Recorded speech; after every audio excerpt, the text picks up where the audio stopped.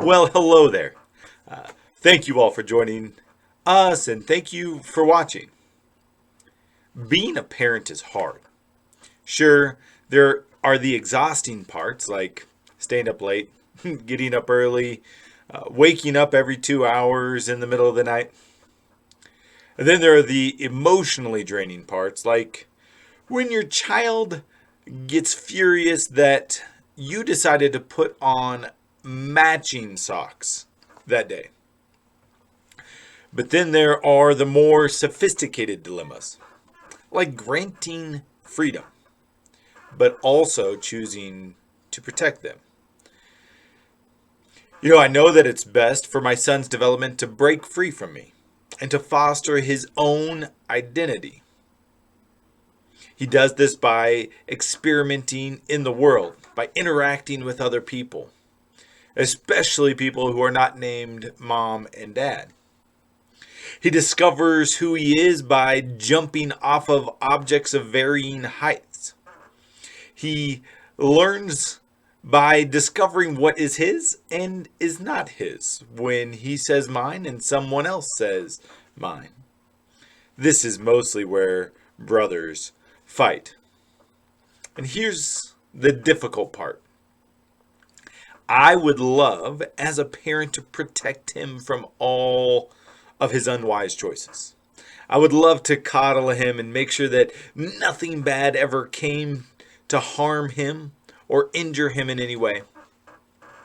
But in doing so, I would remove consequences from his life and I would stunt his personal identity.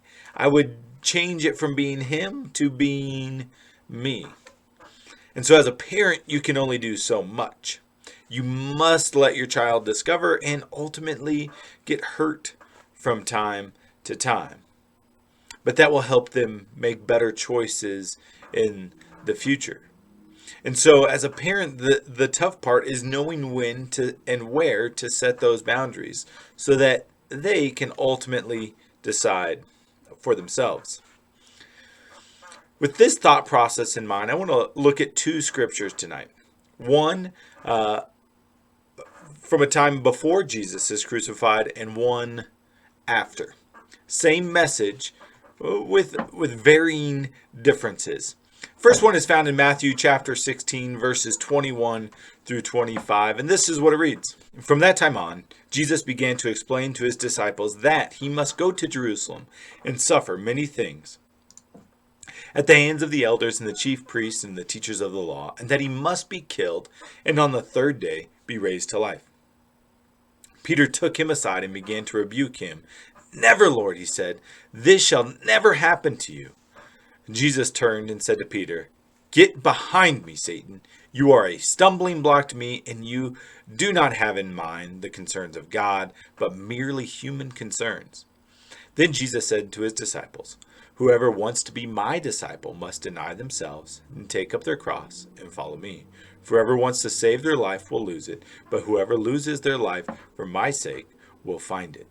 And our second passage comes from John chapter 21, 18 through 22. This is commonly referred to as the reinstatement of Peter. And it's this idea of Jesus comforting and yet calling Peter again after his denial. And it's this great intimate setting where Jesus is talking to Peter and letting him know that he still loves Peter and Peter should still be on board for the mission.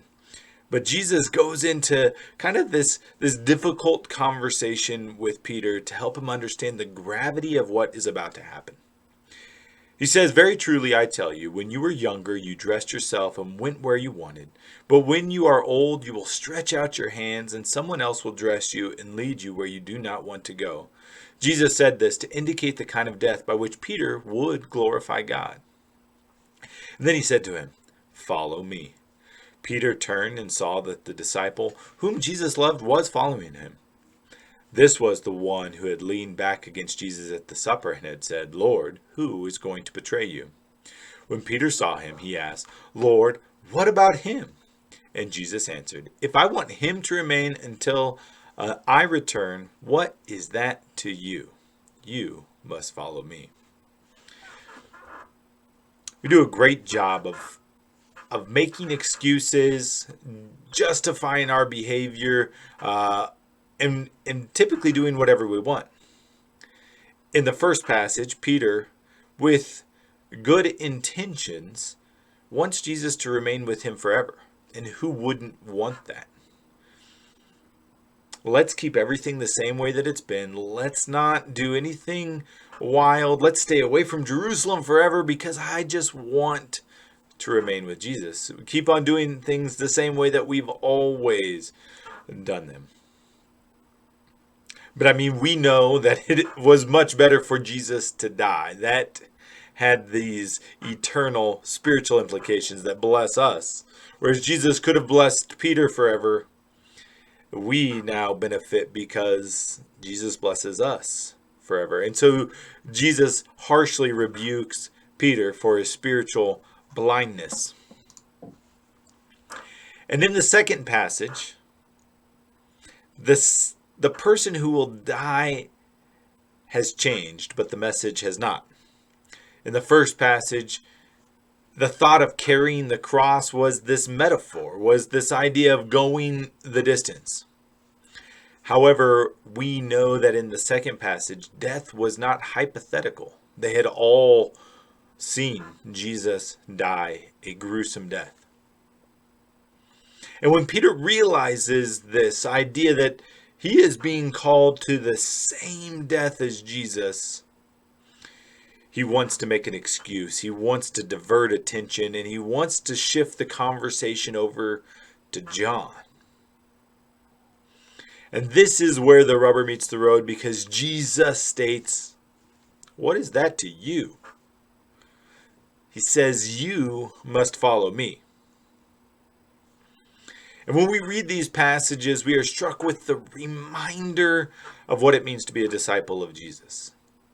There's no metaphor. There's no allegory to fall back on. There's no excuses or justifications that we can make to say that we are not truly following Jesus. Or maybe that we are, but we're doing it in a different way than what is biblically acceptable. We're reminded in these passages that we've been commanded to follow him. And just like a parent, the choice has been left up to us.